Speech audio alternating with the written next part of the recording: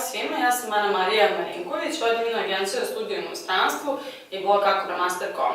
Danas ćemo razgovarati o studijama u Beču. Studije u Beču privlače naše ljude već 200 godina. Beč je svakako jedna od glavnih destinacija na koju ljudi s našeg prostora idu, ne samo iz Srbije, nego iz Bosne, Crne Gore i svih ostalih zemalja. Kao što znate, tamo postoji ogromna ex-ju zajednica od verovatno procena nekih 300.000 ljudi s ovih prostora i samim tim zbog toga se kolaju razni mitovi i legende o studijama u Beču. A mi na našem sajtu kakonamaster.com se trudimo da to adresiramo i da ispravimo neke krive, da kažemo, zablude na tu temu. I zato danas ovaj video govori o 3 mita i 3 istine o studijama u Beču. Hajde prvo da krenemo od mitova, jer to je ono što mi prvo čujemo od naših klijenata i čitalaca. Prvo i osnovno, naravno, ideja da su studije tamo besplatne. Nisu. Dakle, nisu studije u Austriji i Beču besplatne. Istina je da su bile besplatne i da se plaćala samo taksa za upis nekih 100 godina od aneksije Bosne u Austro-Ugarsku, međutim, vreme prolazi i ta politika je prošla. Mi se sada tretiramo tamo kao non-EU studenti i školarina je 1.500 evra po godini na državnim fakultetima akademskog tipa, dok je uglavnom na visokim školama cena 750 evra. Drugi mit i pusta želja ljudi s našeg prostora je da postoji stipendija za studije u Austriji. Istina je da stipendija ne postoji, većina naših ljudi koji studira tamo ide iz sopstvenih sredstava, možete dobiti možda negdje umanjenje za školarinu ili neko dodatno finansiranje preko Erasmusa, međutim neka opšta stipendija zaista ne postoji i ljudi uglavnom studiraju od sopstvenog novca ili od studentskog posla, pošto dosta ljudi tamo samo upiše fakultet i onda u stvari radi na crno, a malo i legalno kako se ko snađe.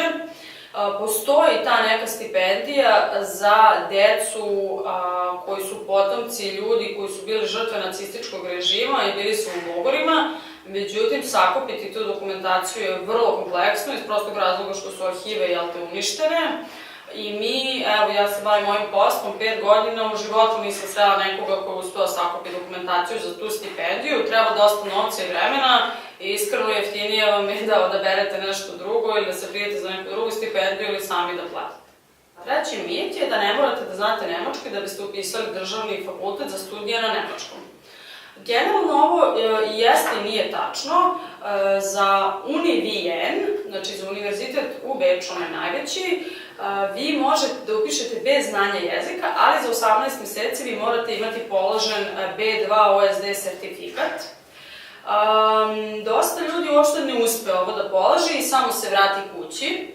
Tako da ja vam zaista ne bih preporučivala da upisujete studije na nemačkom bez prethodnog znanja nemačkog, zato što u Beču studije umeju da traju duže nego obično, vrlo su fakulteti puni studenta, studentska služba je spora i često studije koje traju 3 godine ljudi ih završe za 4-5, a plus ko ne zna nemački, umjesto 3 godine na kraju bude 7 godina tamo, 8, i to na kraju ispadne i skupo i frustrirajuće.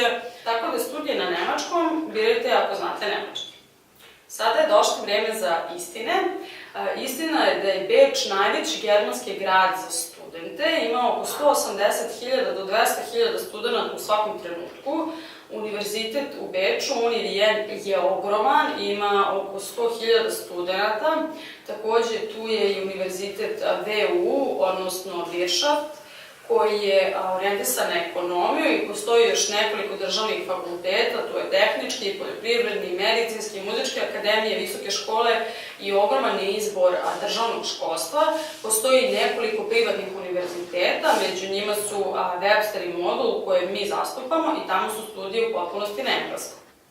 Ono što je takođe vrlo bitna istina za vas, to je da upis na državne fakultete ume da bude vrlo bolan i kompleksan, iz razloga što je sistem upisa manje više dosta sličan kao i pre 100 godina, a to je da vi za upis na državni fakultet u Beču i Austriji morate da imate potvrdu da ste upisani i na visokoškolsku instituciju u Srbiji na istom nivou. Znači, u slučaju da vi upisujete ekonomiju u Beču osnovne studije, to znači da ste vi u istoj godini upisali ekonomski fakultet ovde ili neki privatni fakultet koji ima ekonomski smer u istoj toj godini, na istom smeru, u istom semestru. I to se zove ona specijalna potvrda upisa o ispunjavanju uslova studija i to svaki univerzitet traži, pored sve dokumentacije koje se traži, vi morate imati tu potvrdu da ste upisali i u matičnoj državi na isti fakultet, čak i ako ste položili prijemni i uradili online upis sve poslovi, to se mora. Dosta univerziteta u Austriji ima i onaj standardni princip da morate da odete u studentsku službu, podnesete dokumenta, čekate u dugačkom redu, tako da zaista upis državnog fakulteta u Austriji nije baš tako lagan i moram da priznam da je za nas agente upis na državnom fakultetu u Austriji ume da bude izazovan, zato što nije sve online kao u nekim drugim zemljama, već često mora da se ide tamo i da se podnesu različite dokumenta. Treća istina u Austriji je da često previđamo činjenicu da je ovo zemlja od 10 miliona stanovnika i samim tim, iako ima puno studenta, on ima jedan ograničeni izbor programa koji se nudi i univerziteta, a posebno na engleskom, i vi tamo nemate baš tako puno programa kao, ne znam, u Holandiji ili Engleskoj ili Italiji, tako da razmišljate i o ovoj stvari kada birate studije u Beču i želim vam puno sreće u celom procesu, a ako vam je potrebna pomoć, slobodno se obratite. Hvala na gledanju i vidimo se u sledećoj epizodi.